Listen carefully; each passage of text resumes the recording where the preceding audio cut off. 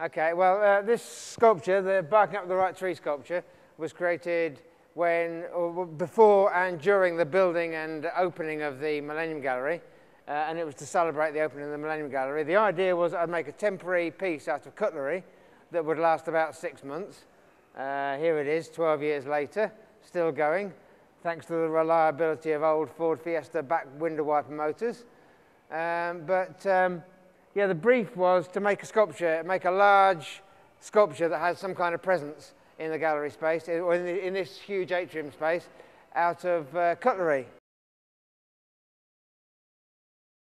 The gallery themselves organised donations bins, drop-off points for people to donate their cutlery, spare old items of cutlery, which said, your gallery needs you. And they managed to get me in total 5 wheelie bins full of knives, forks and spoons. I did a bit of research and I found some 15th century Persian engraving of Alexander the Great being basically told by a tree covered in heads that he was a big-headed and he was going to die a long way away from home.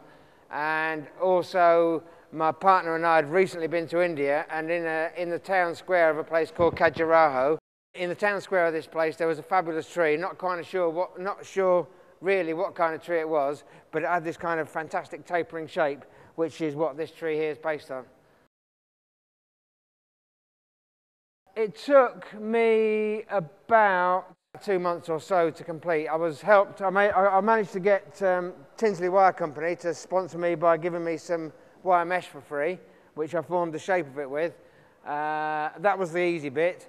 And then actually I had to experiment with joining cutlery together, and some of the ones, they look like metal handles, but they've got some kind of resin stuff inside, so if you try and weld them, they just burst. So most of these are stainless steel, and they're welded on. Some of the heads particularly have some proper old Sheffield EPNS. There was one woman who came along and pointed to one of the bread knives on the giraffe's neck and said, I cut my wedding cake with that 40 years ago. So that was, there's lots of personal involvement because people have donated stuff. I mean, I've got no idea at all, really, but if anybody wants it, they're perfectly free to come and count them, and if they get an answer, if they could report that to the gallery, that would be quite good. In fact, that could be a challenge.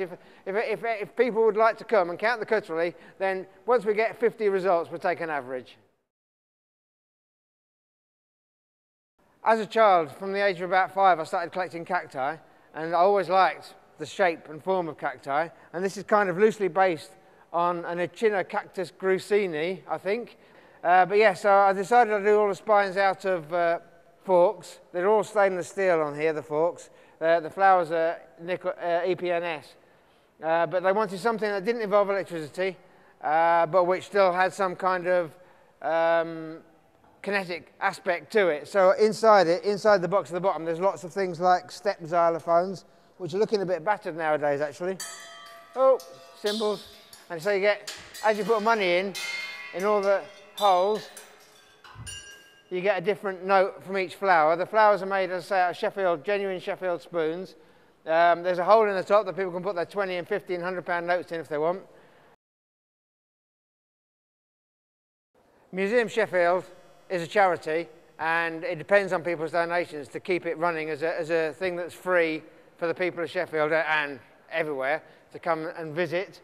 So, and also it helps fund all the projects that they're doing, all the schools locally and everything.